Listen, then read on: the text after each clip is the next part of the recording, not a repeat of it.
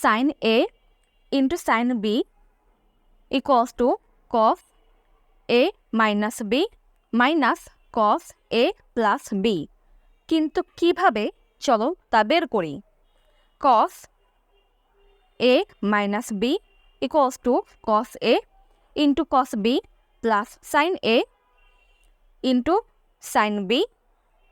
cos A plus B equals to cos A into cos B minus sin A into sin B। এখন cos A minus B এই সূত্র থেকে cos A plus B এই সূত্রটিকে বিয়োগ করে দেই।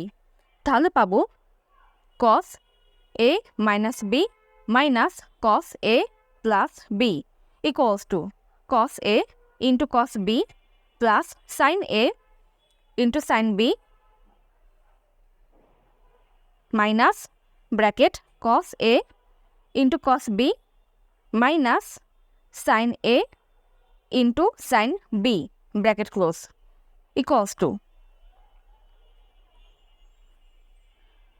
cos A into cos B plus sin A into sin B minus cos A into cos B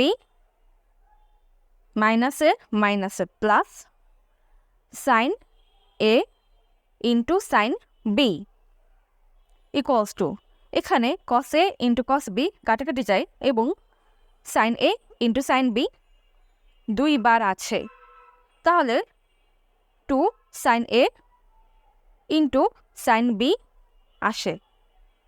সুতরাং 2 sin A into sin B equals to cos A minus B minus cos A plus B।